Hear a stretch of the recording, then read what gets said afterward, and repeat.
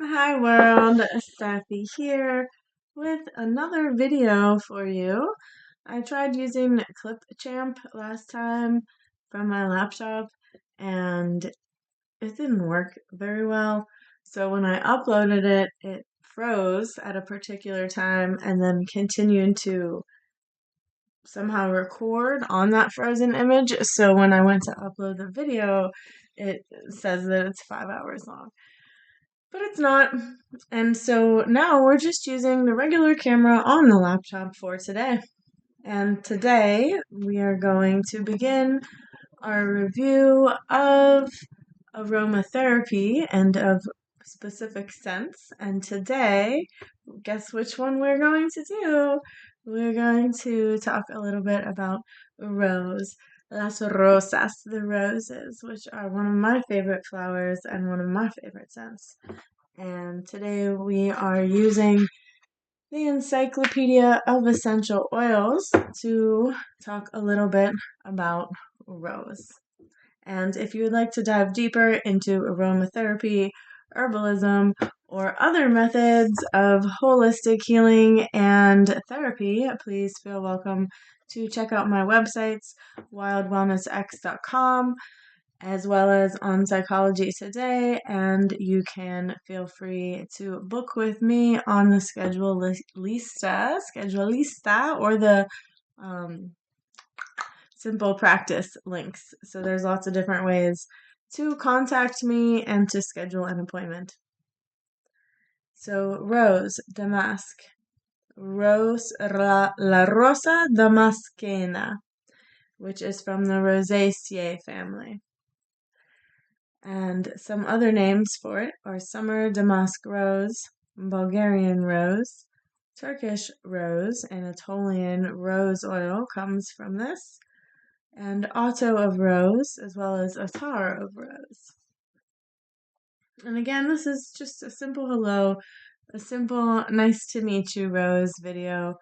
And if you would like to go further in depth about the history, the culture, the love, the healing properties of rose, then check me out on my websites. And so it is described as being a small prickly shrub between 1 and 2 meters high, with pink, very fragrant blooms, with 36 petals and whitish hairy leaves. It requires a very specific soil and climate. So as we know, there are thousands of different rose varieties, but this particular one is unique and very ancient.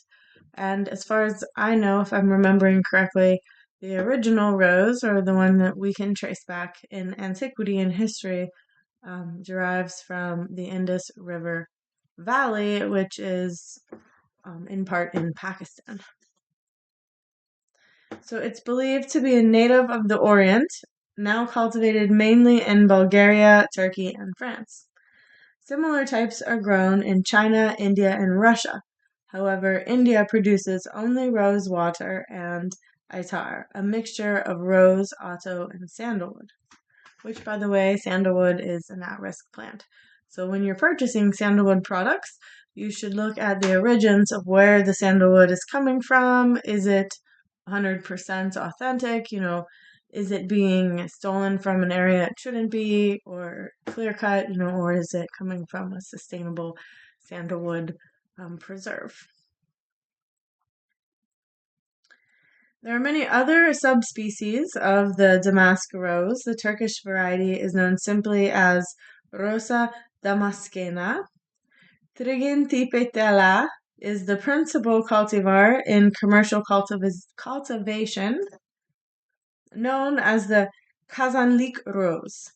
Bulgaria also grows the white rose, which is the Alba variety, or the musk rose, which is used often as a windbreak around the damask rose plantations.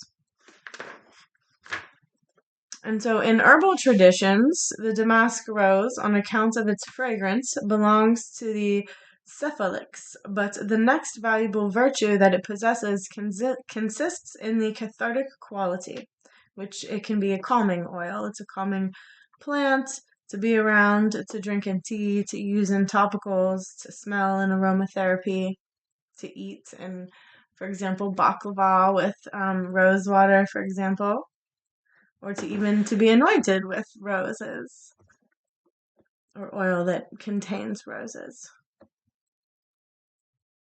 Oil of rose is often used by itself to cool hot inflammations or swellings and to bind and stay fluxes of humors to sores. Rose hips, also high in vitamin C, are currently used in the British herbal pharmacopoeia, mainly due to their high vitamin C content, and also they have a significant amount of vitamin A and B. So who says that there's no nutrition in flowers? They're wrong, because there is. So let's see here. The extraction process, essential oil or auto, by water or steam distillation, is what we do with using the fresh petals.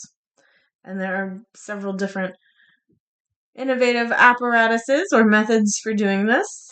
And a concrete and absolute by solvent extraction from the fresh petals is another way. And so the principal constituents, if you're interested in this kind of information, is mainly citronellol, and then there's also geraniol and nerol, as well as ceropten, phenylethanol, farnesol, and other trace constituents. It's primarily considered non-toxic, non-irritant, and even folks with sensitivities, sensitive skin can often use rose. But again, check with your primary health provider and your own intelligence, experience, and judgment. So those are just a little bit about rose, just an introduction to the damask rose. There's much more we could talk about when it comes to rose and its healing properties and the different varieties. But today I just wanted to make a little bit of content for you about la rosa, porque yo amo las rosas. All right, folks, plants in peace and be a blessing. Bye.